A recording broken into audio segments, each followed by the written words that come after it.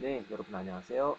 네, 오늘 이 시간은 리니어 인디펜던스 혹은 리니어 컨비네이션 이런 것들에 대해서 시작을 하도록 하겠습니다. 우리가 3장의 앞 페이지에서는 3장에서 무엇을 하는가? 3장에서는 시간 영역에서의 모델링 한다고 했었죠. 그 모델링의 모습은 무엇이었냐면 스테이트 스페이스 레프레젠테이션이었습니다. 그래서 다시 화면을 잡으면 뭐였냐면 스테이트 스페이스 레프레젠테이션이었어요. 그 모양이 어떻게 했었냐면 상태 변수들의 미분은 상태 변수와 인풋 베리어블의 리니어 컨비네이션의 형태였었고, 아웃풋 베리어블도 상태 변수와 인풋의 리니어 컨비네이션의 형태였습니다. 곱하고 더하고의 형태였었어요. 자, 그랬는데 그렇다면 이 여기서 말하는 이 x 상태 변수들을 모아놓은 것들, 그렇죠? 이렇게 있었죠. 예. 그거 도대체 어떻게 정하면 되는가 하는 거죠. 이게 문제가 되겠습니다. 예, 요거를 정하는데 조건이 하나 있는데 그게 뭐냐면 상태 변수들끼리 모아놓은 것은 리니어리 인디펜던트 해야 됩니다. 선형 독립이어야 된다 하는 거죠. 그게 무슨 얘기냐면 상태 변수들을 모아놨으면 그 중에 그 어떤 것도 다른 것들의 리니어 컨비네이션으로 나타낼 수 없어야 됩니다. 그러면 이 셋은 리니어리 인디펜던트하다고 이야기를 합니다. 자, 여기 있는 것처럼 만약에 이렇게 놓게 되면 이 두 번째 상태 변수는 첫 번째 상태 변수에다가 곱하기 2를 하게 되면 만들 수 있잖아요. 그래서 안 됩니다. 이것도 만약에 VR로 선정하게 되면 요거에다가 곱하기 R을 하면 똑같아지죠. 그래서 안 됩니다. 자, 그럼 여기서 말한 이 리니어 컨비네이션이라는 게 뭐냐 하는 것은 쉽게 말하면 웨이티드 썸입니다. 예, 뭔가가 있을 때 상수를 곱하고 이거 웨이트라고도 얘기하죠. 그것들의 합입니다. 그래서 뭔가를 곱하고 그런 것들의 합의 형태를 리니어 컨비네이션이라고 이야기를 합니다. 그래서 아까 얘기했던 것처럼 어떤 상태 변수들을 모아놨는데 그것들이 리니어리 인디펜던트 하다는 것은 그 중에 어떤 변수도 다른 변수들의 어떤 변수도 다른 변수들의 리니어 컨비네이션 형태로 만들어 나타낼 수 없을 때 그때 우리는 요 셋을 리니어리 인디펜던트 하다고 이야기를 합니다. 요 조건이 만족이 되도록 이 상태 변수들을 여러분들이 고르면 됩니다. 그렇지 않으면 안 된다 라는 거죠. 네. 자, 그렇게 고르면 되는데요. 일반적으로 이 스테이트 베리어블이라고 하는 것은 그렇게 리니어리 인디펜던트한 것들의 셋으로 만들게 되고요. 네, 만들게 되고요. 이것들을 모아놓은 것을 스테이트 벡터, 아까는 x라고 표현했었죠. 라고 부르고 이 스테이트 스페이스라고 하는 것은 스테이트 베리어블들을 축으로 하는 공간이라고 이해를 하면 괜찮을 것 같습니다. 음. 예를 들어서 아까 미케니컬 시스템에서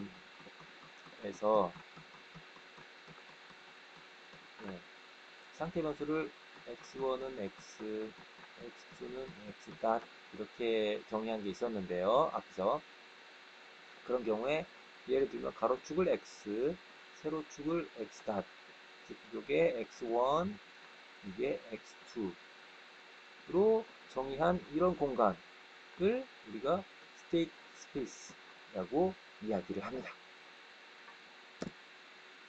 네, 그렇게 해서 앞서 얘기했던 것처럼 3장에서의 궁극적인 목표는 이걸 구하는 거죠. 스테이트 이퀘이션하고 아웃풋 이퀘이션 이거의 쌍을 우리가 뭐라고 합니까? 스테이트 스페이스 레프레젠테이션이라고 부른다고 했었죠. 여기서 U는 입력이고 X는 스테이트 베리어블도 모아놓은 스테이트 벡터이고 Y가 아웃풋이고 각각이 이제 매트리스 혹은 벡터들이 되겠습니다. 여기서 이 A가 제일 중요한 그런 매트리스가 되겠습니다. 네, 이그젬플 하나 주어져 있는데요. 여기 있는 것처럼 상태 변수가 스택 베리어블이 x1, x2가 되어 있고 인풋 베리어블이 v이고 아웃풋 베리어블이 y인 경우에 대해서 이렇게 정리가 됐다고 한다면 이거를 벡터 매트리스 폼으로 이렇게 만드는 거죠. 이거를 스테이트 스페이스 레프리젠테이션이라고 부르고 여기서 인풋이 v였었고 아웃풋은 이거였었고 스테이트 베리어블이 이렇게 생겼으니까 스테이트 벡터를 이렇게 정의하면 되겠고 각각의 매트리스들 혹은 벡터들은 이와 같이 쓸 수 있음을 알 수가 있습니다. 네, 그래서 스테이트 벡터를 이제 정해야 되는데요. 그래서 이 스테이트 벡터는 앞서 얘기한 것처럼 스테이트 베리어블들을 모아놓은 건데요. 이 스테이트 벡터를 만들 때는 스테이트 베리어블들의 미니멈 개수, 최소 개수로 만들게 되고요. 이 최소 개수라고 하는 것은 그 시스템의 차수랑 같습니다. 보통 차수랑. 그 시스템의 차수 오더죠. 차수는 예를 들어서 전기회로 같은 경우에는 에너지 스토리지 소자들의 개수와 같은데 이게 인디펜던트 해야 됩니다. 이 독립적이어야 한다는 것은 좀 이따 얘기하도록 할게요. 이 에너지 스토리지 소재라고 하는 것은 캐패시터라든지 인덕터 같은 것을 의미를 합니다. 자, 앞서 얘기했던 것처럼 차수만큼이다. 그 시스템 차수만큼의 변수가 필요하다. 라는 거죠. 그리고 앞에서 얘기했던 것처럼 그 변수들을 모아놓은 것들은 서로 이제 리니어리 인디펜던트 해야 된다. 라는 것이고 또 이 상태 변수들을 고르는 방법은 무수히 많기 때문에 모델은 스테이트 스페이스 레프레젠테이션은 시간 영역에서의 모델은 절대로 유니크하지가 않다라는 것도 알 수가 있습니다.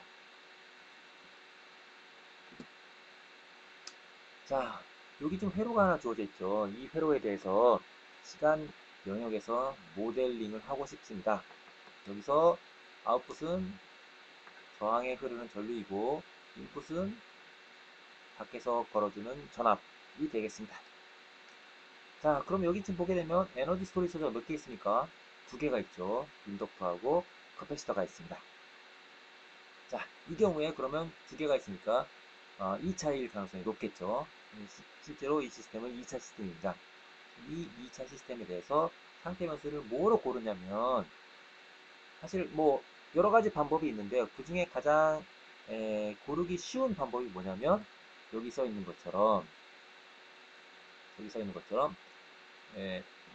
커패시터 양단의 전압과 인덕터에 흐르는 전류 이 두 개입니다. 왜냐하면 커패시터의 전압 전류의 관계가 이렇게 생겨 있고 인덕터에 또 전압과 전류의 관계가 이렇게 돼 있으니까 만약에 우리가 VC하고 IL을 상태 변수로 선정을 한다면 이거의 시간 미분은 이미 관계식이 있다는 거죠. 이걸 써먹을 수 있으니까 훨씬 용이할 거다라는 것을 알 수가 있습니다. 그리고 앞 페이지에서 에너지 스토리지 소자가 독립적인 에너지 스토리지 소자들의 개수라고 되어 있죠. 그 독립적이 아닌 경우가 있다는 얘기잖아요. 그런 경우는 어떤 경우냐면 예를 들면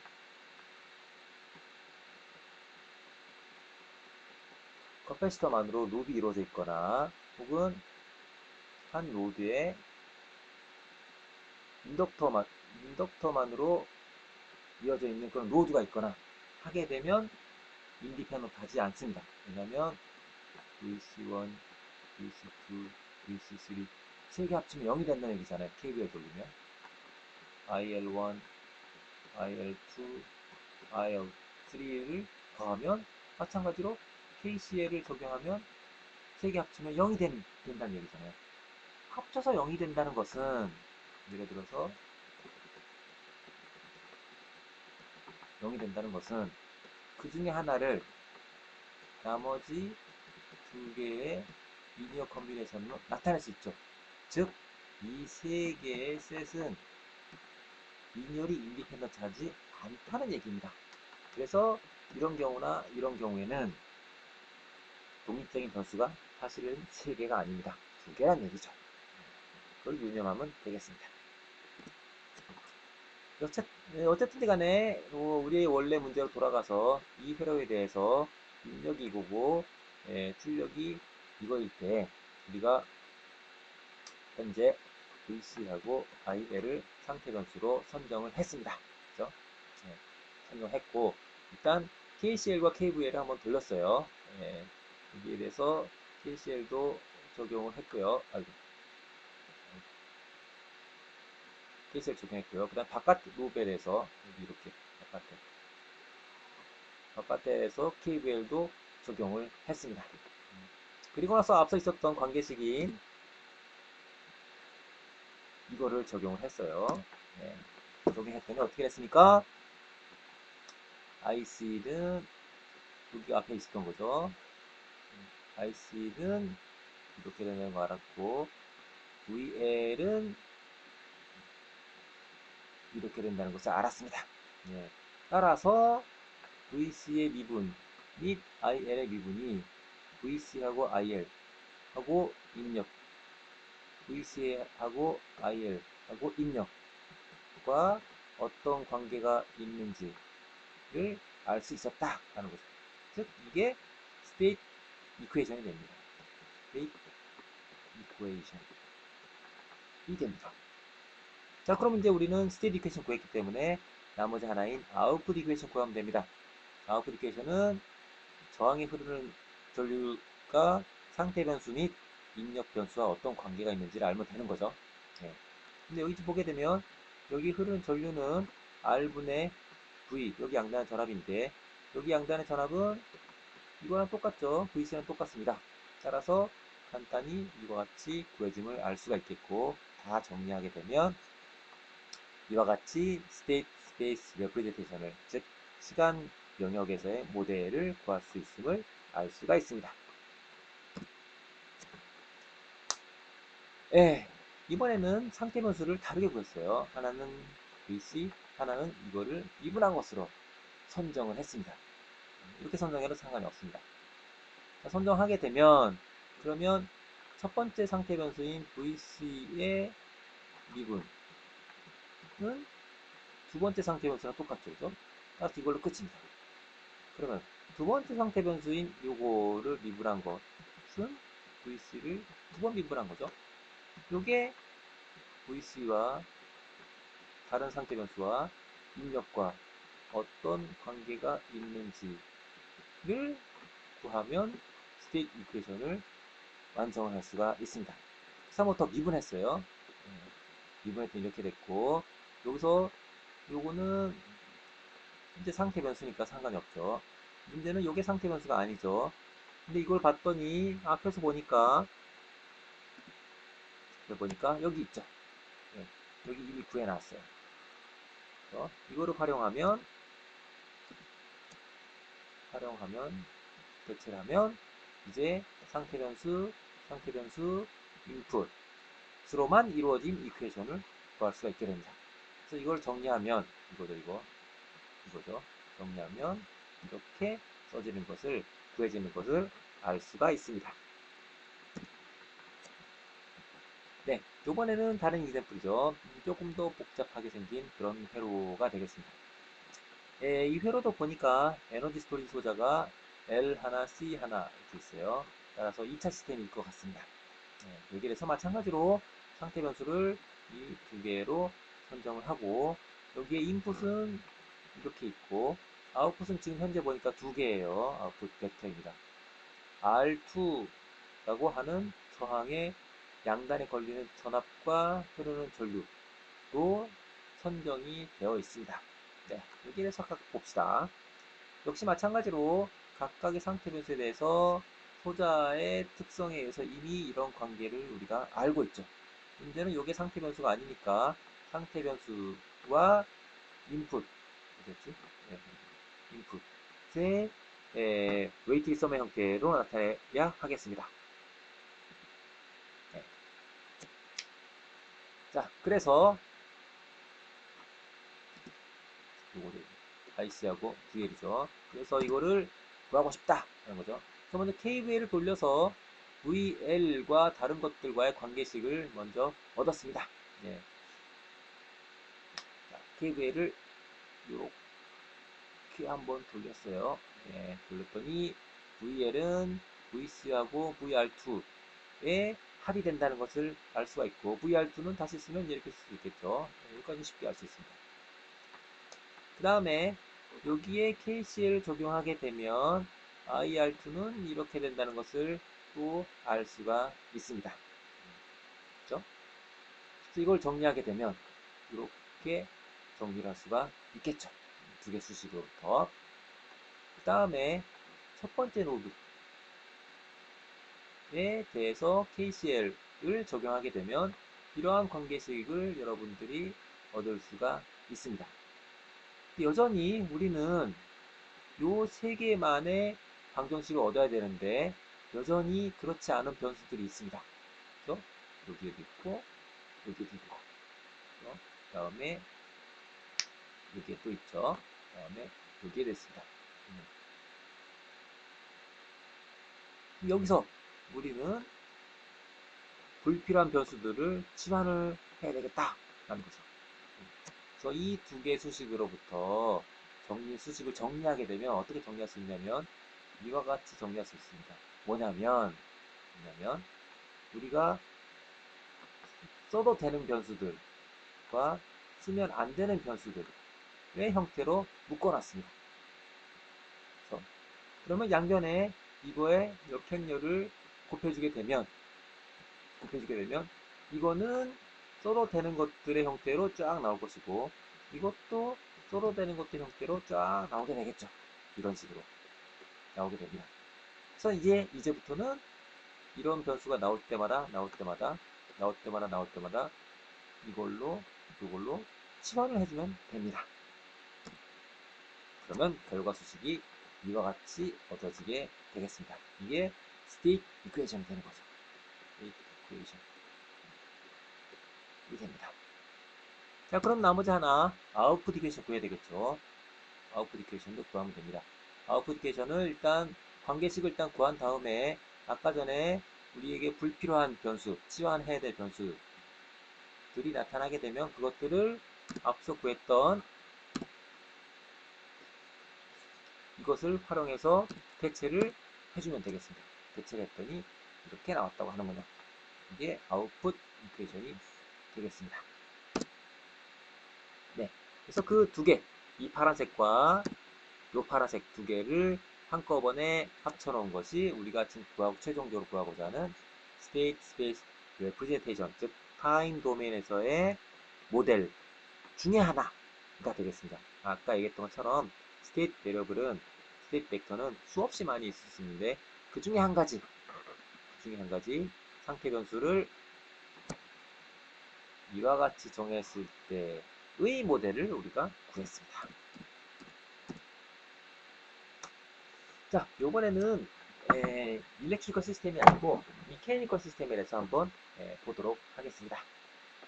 지금 보게 되면 매스가 두 개가 있는 그런 시스템이에요. 매스가 두 개 있는 시스템이면 매스 하나에 대해서 각각에 대해서 우리가 알기로 2차 시스템으로 써지는 걸 알 수가 있죠. 왜냐하면 매스는 적어도 이런 형태를 가질 것이기 때문이죠. 2차니까. 차수가 2차죠. 디멘션이 2입니다. 오도가 2란 얘기죠. 근데 그런 게 두 개가 있으니까 이 시스템은 4차 시스템이라는 것을 알 수가 있습니다.